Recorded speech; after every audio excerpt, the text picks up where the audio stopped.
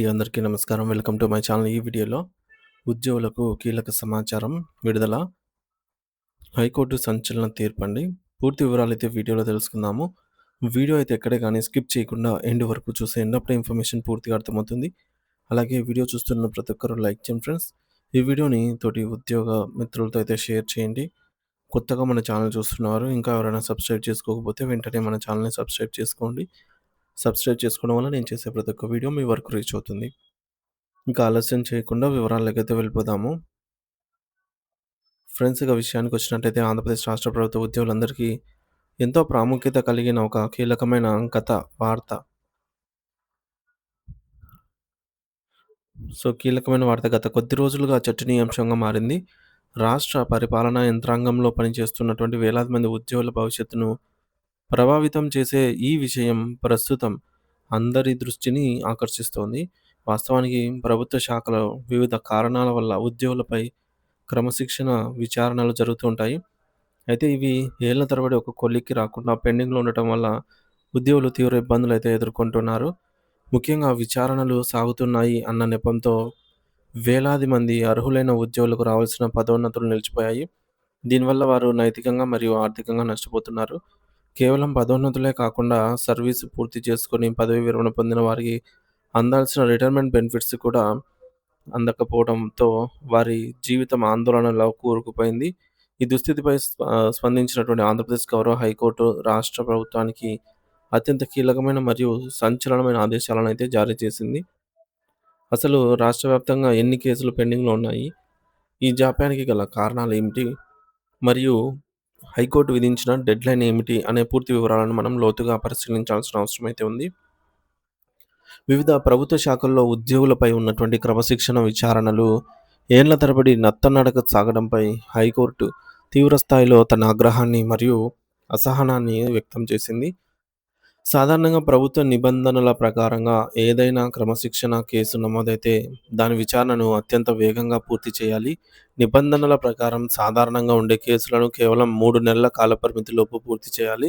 ఒకవేళ అది అత్యంత క్లిష్టమైన కేసు అయితే గరిష్టంగా 6 నెలల లోపు పూర్తి చేసి తుది నిర్ణయం తీసుకోవాలి. కానీ క్షేత్రస్థాయిలో పరిస్థితి దీనికి భిన్నంగా ఉంది.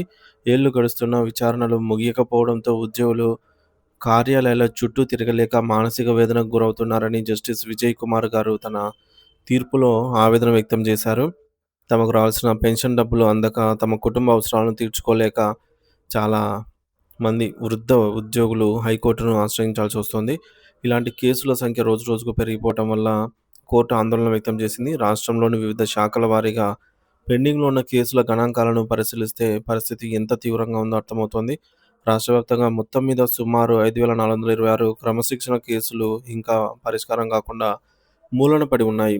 శాఖల వారీగా చూస్తే అత్యధికంగా హోంశాఖలో 1,558 కేసులు పెండింగ్‌లో ఉన్నాయి. అంటే పోలీసు శాఖలోని పనిచేసే సిబ్బందిపై విచారణలు ఎక్కువగా సాగుతున్నాయి. రెవెన్యూ శాఖలో 854 కేసులు, రవాణా రోడ్డు మరియు భవనాల శాఖలో 384 కేసులు పెండింగ్‌లో ఉన్నాయి. మున్సిపల్ శాఖలో 366 కేసులు మరియు పంచాయతీరాజ్ శాఖలో 31 కేసులు అపరిష్కృతంగా ఉండటం గమనార్హం.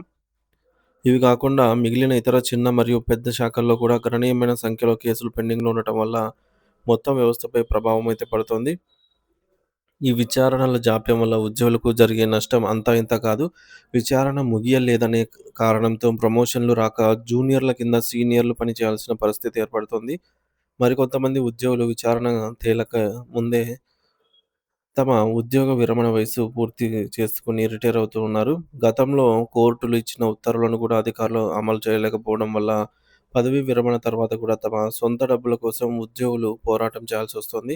ఈ క్రమంలో నిజాయితీ గల మరియు నిబద్ధతతో పనిచేసే ఉద్యోగుల నైతిక ధైర్యం దెబ్బతింటోందని, ఇది పరిపాలనపై ప్రతికూల ప్రభావం చూపుతోందని కోర్టు అభిప్రాయపడింది.